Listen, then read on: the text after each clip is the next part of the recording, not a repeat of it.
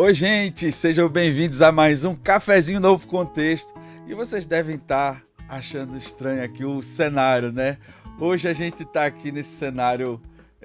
Desde já eu digo que o pessoal que organiza aqui está de parabéns pela organização, pelo cenário. Agradeço aqui ao nosso convidado que cedeu gentilmente. E, gente, não foi nada combinado, assim. Eu estava passando aqui em Recife, eu disse, eu quero bater um papo com ele. A gente vai conversar hoje com o Eduardo Moura. Seja bem-vindo a mais um cafezinho. Rapaz, muito obrigado aí pelo convite, né? Apesar da gente estar recebendo você aqui nos estúdios, considere aqui sua casa. Você hoje é o comandante do programa. E eu achei massa, o cafezinho, novo contexto. A gente até tá vivendo um novo contexto de cafezinho, né? Cafezinho virou agora um momento diferente, como era o chimarrão lá no Rio Grande do Sul. Café virou um momento de você parar, degustar o café e às vezes você tomar decisões, bater um papo, pensar num novo contexto de mundo também. Eu acho que é isso que você está fazendo. E eu costumo dizer assim, por isso que eu pedi aqui para a produção o cafezinho. Porque eu digo logo de cara, Eduardo, aqui a conversa, feita a gente fala no interior, a prosa é curta. Não é aquela prosa morosa, demorada, que a gente passa 2 horas se comunicando para entrar numa ideia. Não, é rápido, é objetivo, a gente fala e é do tamanho de um cafezinho. A gente vai tomando, quando a gente vê que o cafezinho está diminuindo, e você não é exceção, não é porque eu tô na sua casa, mas eu falo para todo mundo, ele não é exceção. Quando o cafezinho vai diminuindo, é sinal que a conversa vai acabando. Vamos embora. Mas vamos embora. Eu começo logo falando, para quem não conhece, Eduardo Moura é vereador aqui de Recife, primeiro mandato, 5.283 votos, é líder do Partido Novo. Eduardo, essa primeira vez como parlamentar na política, e você logo de cara já se tornou um dos principais nomes de oposição ao prefeito João Campos. Aí eu pergunto ao que você atribui justamente logo de cara, primeiro mandato e já conseguir ganhar essa repercussão que já está chegando lá para Caruaru e entrando pelo estado. Eu agradeço primeiro as palavras. Bom, atribuir a Deus, né? A minha eleição foi uma obra divina, não tenho nem dúvida disso, né? Eu comecei minha campanha efetivamente dia 15 de setembro, tinham 3 pessoas, eu, Gabriel Dantas e Túlio Barbosa, e o meu amigo Álvaro Torres ajudando aqui também, e era a gente sozinho. Coloquei 4 bandeiras, 2 o TRE levou, porque eu tava no lugar errado, como é que se diz? Fora isso, panfletos, eu fiz acho que 40 mil panfletos, santinhos, né, que chama, e coloquei 13 perfurados. Pronto, foi minha campanha. Então foi Deus que me elegeu. Então começa daí. Mas eu disse desde o início, quando eu entrar, se eu entrasse, né, que eu ia fazer o papel que eu já fazia na sociedade. Eu como jornalista, apresentando lá o Ronda Geral, né, depois Balanço Geral, aí teve Bora Pernambuco e tal. Eu fazia esse papel de fiscalizar. Na rua, como repórter, eu fiscalizava. Só que a gente tinha um limite. Então dependia de assessoria de imprensa e etc. Quando eu entrei como vereador, aí eu ganhei o acesso. E eu prometi que eu ia fazer deste acesso uma diferença. E é o que eu tenho feito. Eu tenho entrado nas policlínicas, nos postos de saúde, eu tenho entrado nas escolas, eu tenho desmascarado aquilo que é mascarado. E talvez essa habilidade na comunicação, Deus me preparou 25 anos na televisão para poder estar, de repente, fazendo a diferença agora, sem ego, sem vaidade. E talvez, e isso eu queria muito, além de ajudar as pessoas, incentivar outros parlamentares a entenderem que é esse o papel do parlamentar. O poder legislativo, seja ele deputado estadual, deputado federal, seja ele vereador, a gente tem que fiscalizar e legislar. Porque se a gente não for o poder que vai fiscalizar o executivo, que é quem executa, vai usar o dinheiro da forma que... E o dinheiro não é dele, o dinheiro é nosso.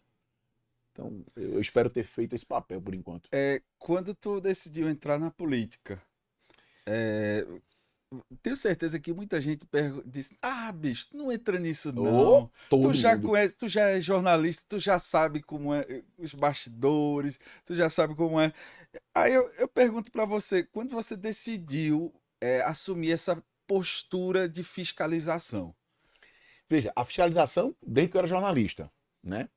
Decidi entrar na política porque começou o jornalismo a não me atender mais, porque infelizmente não se faz mais o jornalismo que eu aprendi a fazer, que eu aprendi com Graça Araújo, que eu aprendi com tantos outros. O jornalismo virou, infelizmente, bater continência para poder público. Porque antigamente as prefeituras e governo federal, etc., tinham um aporte financeiro nas TVs, por exemplo, onde eu trabalhei, nas rádios, mas não havia interferência no jornalismo. O jornalismo era sagrado. E nós jornalistas, nós protegíamos nossa profissão. Desde o chefe, o diretor de jornalismo, até o repórter. A gente protegia muito a profissão. Não, a gente tem que dar o fato. E isso foi se corrompendo com o tempo. Infelizmente, hoje os meios de comunicação passaram a ser reféns desse patrocínio público, porque o patrocínio privado migrou para a internet. Essa é a verdade. Verdade. Então, é, essa interferência me fez me desgostar do meio. A eleição de 2018 contribuiu muito, porque assim, eu nunca julguei as pessoas pelo que elas pensam, digamos assim, opiniões. Cada um tem direito de ser o que é e acabou. Eu respeito todo mundo. Eu não quero que ninguém seja igual a mim. Mas as pessoas, infelizmente, não respeitam. E descobriram que eu votei em Bolsonaro, que eu não disse pra ninguém. 2018, aí, Dona Lourdes, votou em quem? Não, não, eu votei em Bolsonaro. Parece que eu era um leproso. Parecia que eu tinha adquirido, assim, uma doença altamente contagiosa. E eu nunca fui um cara de me vitimizar. Ah, estão me escanteando. Não, eu ficava era arretado. Também mandando isso todo mundo. Pronto. E aí, assim, isso me desgostou. E aí teve uma hora que eu comecei a ver muita gente na rua, como eu já via antes, criança, eu disse, preciso fazer alguma coisa a mais. E o motivador principal foi a depressão, né? Eu tive uma depressão quando eu saí da televisão. Realmente afundei bastante. E se não fosse Deus, tinha tirado minha vida, né? Eu tentei, cheguei a tentar isso. Mas aí naquela horinha lá, a gente acha que escutou, é a consciência, né? É Deus. É Deus. É o Espírito Santo dizendo assim, rapaz, não faça isso porque eu ainda tenho uma função para você aqui. Uma missão. E aí eu parei, dormi 2 dias seguidos, 3 dias, sei lá quanto, por causa do remédio. E aí eu comecei a ir melhorando e tal, e, enfim. Aconteceu esse milagre e hoje eu estou aqui e as coisas estão dando certo não pelo meu mérito. As coisas estão dando certo por uma equipe que tem, gigante. Mas é Deus. Deus fez essa equipe se juntar, Deus fez as coisas darem certo. Basicamente é isso. Você tocou no quesito Bolsonaro. Hum. Você sabe que a gente está num estado altamente lulista, A né? gente tá na Venezuela brasileira. É isso. A gente está no estado altamente lulista. Né? E você sabe, assim, o quanto isso traz também de pecha sobre a sua figura política, sobre quão dificultoso é para o seu mandato, digamos, carregar uma cruz ou não? Eu carregaria uma cruz se eu fosse corrupto, eu carregaria uma cruz se eu defendesse aborto como método anticoncepcional, eu carregaria uma cruz se eu defendesse usurpar os valores da família, e aí seria uma cruz. Com relação a isso, eu durmo super tranquilo. A questão de Bolsonaro, veja, em 2018 eu ia votar em quem? Haddad? Bolsonaro era a solução para o Brasil? Não, mas naquela época era. E como você vê hoje o cenário? Que Bolsonaro, tá preso. Então, tá preso, pode ser solto, a gente não sabe. É, Hoje, primeiro, a gente vive numa ditadura, na minha opinião. Tô dando sim, uma opinião mas você fica à minha. vontade, a opinião é Então, sua. a opinião é minha, assumo ela. A gente vive numa ditadura do judiciário. A Constituição tá rasgada, o Código de Processo Penal tá rasgado, o Código Penal tá rasgado, esqueça. Existe intervenção política de um tribunal em que ministros deveriam cuidar de ser a última instância da justiça. E não ficar se metendo em política. Como eu falei, Bolsonaro ele foi importantíssimo para o Brasil. Ninguém pode tirar isso dele. Bolsonaro reviveu o nacionalismo.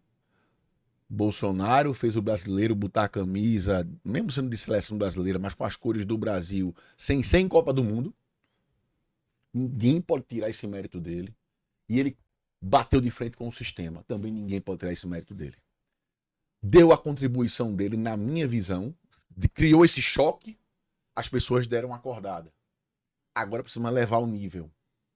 Na minha visão hoje, nós temos duas pessoas que podem botar o Brasil para frente. Zema e Tarcísio. O que seria ideal, na minha visão particular, Zema e Tarcísio. E sobre, você teve no Ceará, Sim. que eu tenho acompanhado, vi você justamente apoiando um candidato Girão. do Girão, que tá indo também, tá causando, digamos assim, que as pessoas estão falando, não sou eu que estou dizendo, não. Sim. Tá causando uma divisão no bolsonarismo no Ceará. Como é que você enxerga o bolsonarismo aqui em Pernambuco? Há divisão? Não há divisão? Há divisão total. Aqui tem divisão. Veja, no Ceará a situação foi diferente. Girão, ele é um cara... Eu nunca vi uma pessoa com poder de união tão grande como Eduardo Girão. Tanto que a turma fala, o seu maior defeito. Qual é o defeito de Girão? Paz e bem. O cara não tem defeito, pô. O cara... Ele é agregador demais, tanto que ele botou gente do União Brasil, gente do PL, do Novo, acho que teve do PSDB, do PSD, a gente que só no lançamento da campanha dele. O que é que aconteceu lá? Michele Bolsonaro, eu nunca tinha visto ela com sangue no olho, e ela tomou as rédeas e disse, não, no Ceará ninguém vai... O PL não vai se aliar a Ciro Gomes, que criticou tanto o Bolsonaro, não. E ela bateu o pé e foi aquilo tal. E Girão é o candidato da direita no Ceará. Veja, Girão é o melhor candidato para o Ceará, fato. Então girou esse negócio lá. Ok, vamos trazer para Pernambuco. O racha aqui é visível. Gilson Machado, família Ferreira. O racha tá claro. Isso aí é indiscutível. Eu só acho isso ruim. Eu não sou muito de gostar de usar esses termos de esquerda, direita e tal, mas é preciso usar porque realmente divide ideologias. E como as pessoas É entenderam, como né? elas entendem. É. Eu acho que o pensamento que criou-se na esquerda nos últimos 30 anos é totalmente errado. Tá? E eu combato esse pensamento. De todas as formas. Eu acho que é errado de várias formas. Mas uma coisa não se pode atribuir à esquerda: o defeito de se desunir. Eles têm os problemas. Tem problema, tem cacete e tal. Mas peraí, na hora da votação, na hora de negócio, é Lula. Acabou. Então, isso Falta para a direita. falta para a direita. Eu sinto na direita um ego muito grande ainda. Do tipo, eu tenho que ser o protagonista. Por quê? Na falta do grande líder. Pode ver, quando o Bolsonaro estava ativo, ninguém discutia. É uma coisa de Lula. É um ativo político, né? Quando o Lula morrer, porque todo mundo morre, tá? Quando Sim. o Lula morrer, vai acontecer a mesma coisa com a esquerda. O pau vai cantar. Só que eu acho que a direita precisa se unir no seguinte sentido. O que é mais valioso para vocês, direita? Os valores, o propósito ou o seu ego? Porque se for o seu ego, não contem comigo. O que é que eu defendo? Eu defendo o propósito. O propósito é o que eu luto. Eu não luto pelo ego de ninguém. Então, se alguém quiser chegar assim, Eduardo, me dá o apoio aqui porque eu quero aparecer, irmão, cheiro, quero não. Entendi. Voltando aqui ainda mais para o nosso cenário eleitoral que a gente está prospectando aqui no nosso pensamento, a gente está diante de uma polarização hoje de João Campos e Raquel Lira. Você aparece nesse cenário também, pontuando. Eu queria que você comentasse sobre esse cenário. Você imaginou isso? Não imaginou isso? Nunca, eu não imaginava nem que eu ia ser vereador. Eu não imaginava nem isso. É porque assim, ó, eu tenho TDAH, né? Sim. E aí quando eu boto o hiperfoco, imagine que você tapa seus ouvidos assim bota um negócio no seu olho, o foco é esse. Eu vi que você tava ajeitando as câmeras aqui e disse, tá torta, tá Não, torta. então, quando e você precisa me ver editando, assim. Quando eu boto pra editar um negócio. Veja, eu esqueço o mundo, tá? Eu tô aqui. Então, quando eu ligo o hiperfoco, eu não paro.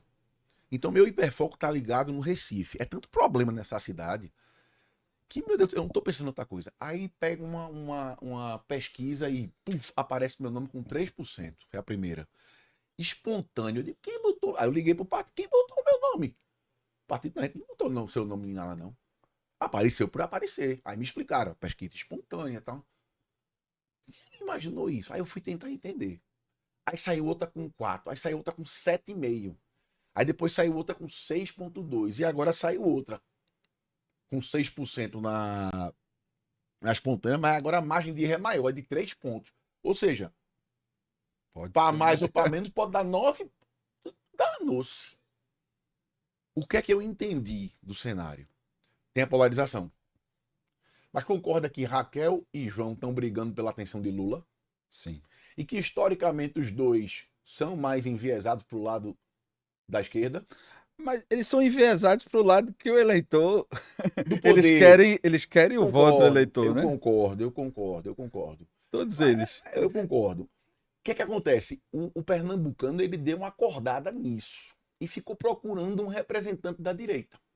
Com o racha do PL aqui, e com a campanha que teve de prefeito, isso tirou um pouco do poder de Gilson. Estão tentando escantear Gilson da história, isso é verdade. E com a minha atuação fiscalizadora, o pessoal fez, rapaz, esse cabelo é doido. E aí eu entendi que tem pessoas que querem isso. Que querem o cara que vai pular o muro. Que querem o cara que vai dizer, meu irmão, você vai ajeitar isso aqui. Eu não vou abrir para o sistema, digamos assim. Um cara que combata o sistema. É o fenômeno do Bolsonaro. É o fenômeno Marçal em São Paulo. Eu entendi isso. Só que, veja, em nenhum momento eu falei, sou pré-candidato a governo. Em nenhum momento eu falei. O que aconteceria se o partido dissesse, tu é pré-candidato? Eu também não sei. Eduardo, você quer? Rapaz, veja, querer. Mas você vai estar no próximo ano disputando alguma coisa? Isso com certeza, porque o que é que acontece com o Partido Novo? Ele tem que bater cláusula de barreira. O Partido Novo tem que fazer 13 deputados federais em 9 estados. Então, com o que aconteceu com o meu mandato, com a nossa atuação, minha de Filipe Alecrim na Câmara de Vereadores, é natural que o partido queira fazer um federal aqui. É natural, é normal. E o partido dá a missão, a gente cumpre. E ainda mais pontuando na pesquisa de governo. Então, aí quando acontece isso, aí o partido, vamos investir nisso. Só que o problema é que está só subindo. Teve até um blog que fez uma análise. Nas pesquisas, o único nome que vem subindo é o meu. Eu digo, pelo amor de Deus, eu nunca imaginei nem que eu ia estar lá. Claro, são números pequenos, eu sei. Mas existe uma descida de Raquel e de João e uma subida minha. Veja, é o que eu estou dizendo. Os dois, Raquel e João, são gigantes. Na política, os grupos são gigantes, Blocos tradicionais. tradicionalíssimos, e todo mundo sabe que eles vão para candidato a governo. Quem sou eu na fila do pão? Então, existe hoje no partido uma dúvida.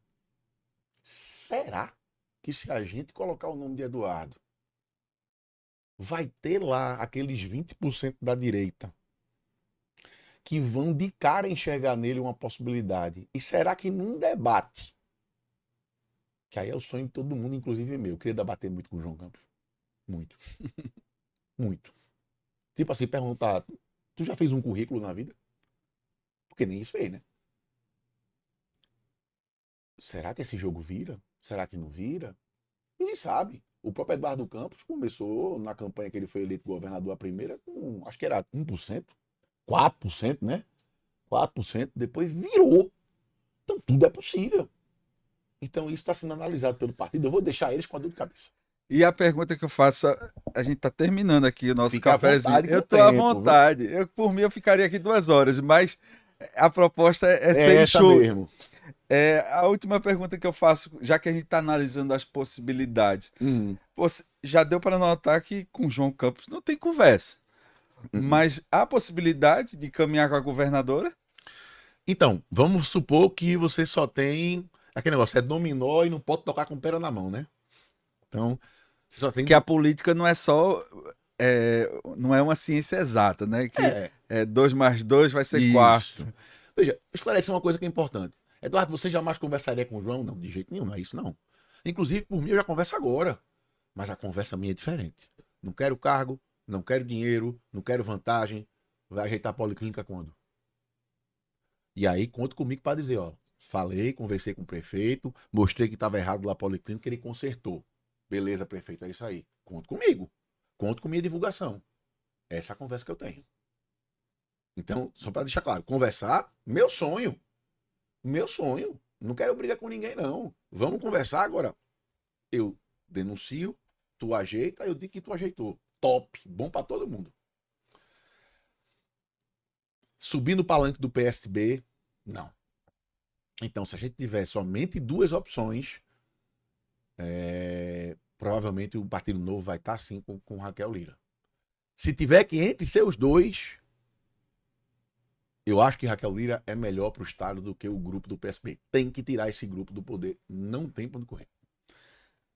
Tá dado o recado. Eu queria ficar aqui mais tempo, mas, gente, Por mim, você Ó, fica. Eu tô gostando do o papo. cafezinho acabou. Então é sinal que a conversa acabou. Eu queria te agradecer, Eduardo, mais uma vez. A gente foi muito bem recebido aqui. Graças a Tem Deus. outras pessoas aqui no estúdio, Arley, meu pai, Bandeira, Belém. Obrigado a todo mundo por ter proporcionado esse momento no estúdio de alta qualidade. Obrigado pela nossa conversa. Eu que agradeço e você sempre acompanhe, tá? O cafezinho, novo contexto, porque é um estilo novo. Eu gostei dessa história do café, acabou a conversa, cara. Eu achei top isso. Tá com o Instagram bombando já, não? Não, ainda não. Tem que começar a fazer. Eu gostei desse negócio. Eu vou começar a fazer assim com minhas reuniões, que duram 3, 4 horas. Diz, ó, acabou o café, acabou a reunião. Mas você é arretado fazer isso. Porque a gente tem que ser econômico, que muita coisa para fazer. Obrigado pelo convite. Gente, vamos embora. Ó, a gente já tá começando a mudar o Recife. Dá pra mudar Pernambuco também. Vamos embora. Então, gente, se inscreva no canal, deixe seu comentário, participe. Essa conversa vai durar ainda muito.